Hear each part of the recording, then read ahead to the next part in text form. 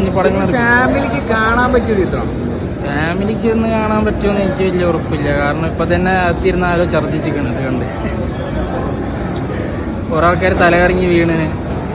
പിന്നെ നമ്മളെ കൂടെ ഉള്ളത് നമ്മളെ കമ്പനിക്കാരൻ ആ ട്രോമയിലാണ് ഇപ്പോഴും. ഫുൾ വയലൻസ് ആണ്. അപ്പൊ കോമ സ്റ്റേജിലേക്ക് വീഴുന്നതാണോ ചിത്രം കണ്ടു കഴിയുമ്പോൾ? കോമ സ്റ്റേജിലേക്ക് നമ്മൾക്ക് അത്ര ഏറ്റിട്ടില്ല. അതാ മനസ്സിലായോ?